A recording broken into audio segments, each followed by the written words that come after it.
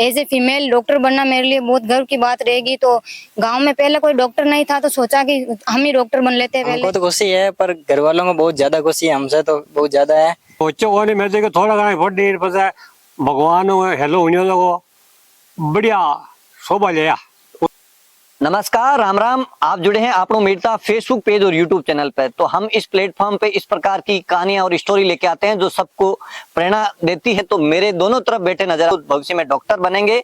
एक छोटे से गांव रिया उपखंड के छोटा सा गांव दासावास है, वहाँ दासावास के ये पहले डॉक्टर होंगे जो एक ही परिवार से हैं, दोनों भाई बहन हैं, वो डॉक्टर बनेंगे। और इसके परिवार में किस प्रकार की खुशी है, किस प्रकार से इन्होंने तैयारी की है और कौन से शहर में इन्होंने जाके शिक्षा ग्रहण की है और किस प्रकार से इनका ये सफर रहा है, पूरी जानकारी आपको इस वीडियो में देने वाले हैं। तो आप जितने भी लोग जुड़े हैं इस वीडियो को लाइक जरूर करें, ताकि हर उस बच्चे के लिए, हर माता पिता के लिए जो बच्चे को डॉक्टर इंजीनियर बनाना चाहते हैं उनके लिए ये प्रेरणा बन सके। किस प्रकार से जो संसाधनों की, जो हम कहते हैं कि संसाधनों की कमी है, तो इन्होंने किस प्रकार से संघर्ष किया है। नमस्कार, क्या नाम है आपका? मेरा नाम संजय बराड़ा है। संजय बराड़ा। ये कौन सा गाँव है? मेरे गाँव दासावास है, रिया तहसील है। तो आपका पिताजी वगैरह परिवार के क्या काम धंधा है आपका? मेरे पिताजी किसान है, खेती करते हैं। खेती करते हैं। तो आपने अब नीट का जो रिजल्ट आया उसमें आपकी जो क्या रैंक रही है, कितने मार्क्स आपको मिले हैं? मेरे मार्क्स 632 रहे हैं और रैंक ऑल इंडिया रैंक 13,072 रही है। और आपने पढ़ाई है वो कौन से इंस्टीट्यूट से की है? कहा कोटा सीकर गए थे क्या आप? नहीं, कोटा सीकर नहीं गए, हमारे पास ही B² मेहता सिटी में, वहीं गए। जिस प्रकार से मैं फैमिली बैकग्राउंड देख रहा हूँ, एक किसान परिवार से आप आते हैं, जो बड़े बड़े इंस्टीट्यूट हैं उनकी जो फीस होती है, बड़ी फीस होती है, तो यहाँ कितनी फीस लगी कि आपका परिवार है कोटा सीकर की जो बड़ी मोटी रकम होती है उसको वहन कर सकते थे क्या?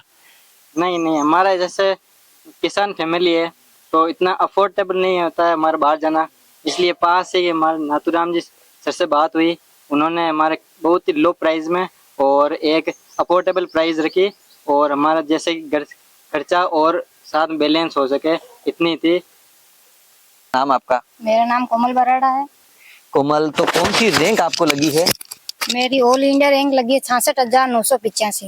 अच्छा, तो आपको कौन सी MBBS मिलेगी क्या BMS मिल जाएगा आपको? MBBS तो मुश्किल है, BMS के अंदर जरूर हो जाएगा। तो आप एक लड़की हैं और गांव छोटी सी ढाणी में रहते हैं, जिस प्रकार का यहाँ गांव का माहौल है, तो किस प्रकार से पढ़ाई की और परिवार ने कितना सपोर्ट किया आपका? परिवार में पहले किसी ने ऐसी तैयारी नहीं की थी, लेकिन सपोर्ट बहुत रहा, पापा का, मम्मी का, सब ने बहुत ऐसे सपोर्ट किया कि जितनी बार भी फेलियर हुआ है उन्होंने वापस से उठाया, वापस पढ़ाया। पहले मैंने अजमेर से पढ़ाई करी थी, वहां से हुआ नहीं तो फिर उम्मीद छोड़ दी और यहीं से लोकल स्कूल से BSc का फॉर्म लगा दिए थे। फिर 2-3 साल BSc करी, फिर संजय ने वहाँ पर अच्छा प्रदर्शन करा तो उसको देख करके थोड़ी हिम्मत मिली, तो इसके हिसाब से हम फिर मेड़ता गए, नाथुराम जी सर से मिले और वहाँ पर एडमिशन लिया। तो जो डॉक्टर बनने का सपना है, कैसे आपने गोल तय किया कि मुझे डॉक्टर बनना है? ऐसा कोई फिक्स नहीं था शुरुआत से, जो इंटरेस्ट धीरे धीरे इसके अंदर आने लगा। तो पहले मैंने मैथ सब्जेक्ट चूज करी थी, लेकिन बाद में मुझे लगा कि बायो एक बेस्ट ऑप्शन है। एज ए फीमेल डॉक्टर बनना मेरे लिए बहुत गर्व की बात रहेगी। तो गांव में पहले कोई डॉक्टर नहीं था, तो सोचा कि हम ही डॉक्टर बन लेते हैं पहले, तो इस तरह से। जिस प्रकार से नीट में सिलेक्शन हुआ और अब आप डॉक्टर निश्चित रूप से बन जाएंगे, तो गांव में और परिवार रिश्तेदारों में किस प्रकार की खुशियां हैं और किस तरह से लोग बधाई देते हैं, अपने आप को कितना गौरवान्वित महसूस कर रहे हैं? सारे परिवार वाले बहुत ज्यादा खुश है और फैमिली के अंदर भी सब बहुत खुश है। जिस दिन रिजल्ट आया था सभी के फोन आ रहे थे, सबने बधाइयां दी और सब बहुत खुश है। B² का गुरुकुल सिस्टम ही वे चीज था जिसने मेरे को सबसे ज्यादा आकर्षित करा उसकी तरफ। बड़ी बड़ी कोचिंग में ये सारी जगह होता है कि टीचर फैकल्टीज तो और भी मिल जाती है, लेकिन बच्चे की सेल्फ स्टडी को लेकर बात करें तो वो मुश्किल होती है। मेरे साथ पिछले अटेम्प्ट में ऐसा ही हुआ था कि मेरी सेल्फ स्टडी जाते जाते खराब हो गई थी लास्ट टाइम के अंदर। लेकिन B² के अंदर ऐसा है कि 24 आवर्स आप टीचर्स की नजरों में रहते हैं, वहीं पर कोचिंग में रहकर आप पढ़ाई करते हैं, वहाँ की असेंबली वगैरह ये सारा सिस्टम बहुत अच्छा था। वहाँ पर हम अगर आपको किसी भी टाइम डाउट आए तो हर वक्त टीचर अवेलेबल होता है आपका डाउट क्लियर करने के लिए। और आपको रात को वहाँ पर हम 10, साढ़े 10 बजे या 11 बजे तक रुकते थे, टीचर्स खुद रुकते थे वहाँ पर रुककर हम पढ़ाई करते थे। और सिर्फ हॉस्टल हमारा ऐसा था कि हम सिर्फ सोने के लिए हॉस्टल जाते थे, बाकी हम पूरे टाइम वहाँ पर कोचिंग में रहकर ही पढ़ाई करते थे। टीचर्स की नजरों के सामने पढ़ाई करने से ये फायदा रहा कि हम पढ़ाई के लिए डेडिकेट रहे लास्ट तक। और डिप्रेशन वगैरह जैसी कोई चीजें आई तो टीचर्स लोगों ने बहुत सपोर्ट किया, नाथुराम जी सर ने बहुत सपोर्ट किया और बाकी सारे टीचर्स भी हमारे फिजिक्स के, केमिस्ट्री और बायोलॉजी की फैकल्टी बहुत अच्छी थी। उन्होंने हमें टाइम टू टाइम दिया और हमारे सारे डाउट क्लियर करे, इस वजह से आज इस मुकाम तक पहुंचे हैं। नीट में आपका सिलेक्शन हुआ है, किस प्रकार से आप गांव के पहले डॉक्टर बनेंगे, तो किस प्रकार की आपको खुशी है, और परिवार में आपके दादा दादी है और पिताजी है, किस प्रकार से खुशी है उनको कि उनका बेटा है गांव का पहला डॉक्टर बनेगा? हमको तो खुशी है, पर घर वालों को बहुत ज्यादा खुशी है, हमसे तो बहुत ज्यादा है। और खुशी परिवार के साथ साथ गाँव को भी है, हमारे तहसील को भी है कि हमारे 10 से पहले डॉक्टर बनेंगे संजय बेड़ा। तो सबको बहुत खुशी हुई है, परिवार वालों की बहुत ज्यादा खुशी है, रिश्तेदारों की बहुत खुशी हुई है। और हमें ये बताइए कि आपने पढ़ाई की तो किस प्रकार से आपने तैयारी की, बाकी लोग भी देखें तो वो भी आपसे मोटिवेट हो सके कि पढ़ाई करने का पैटर्न ये रहता है, कितने घंटे तक पढ़ाई की है, और किस प्रकार से अगर आपका क्वेश्चन में कभी उलझ जाते हैं तो किस प्रकार से या सोल्व करने की सुविधाएं आपको कोचिंग इंस्टीट्यूट में मिली? पहली बात तो जहाँ आप पढ़ रहे हो वहाँ आपको एक सपोर्टिव प्लेटफॉर्म होना चाहिए, वो आपको सपोर्ट करना चाहिए।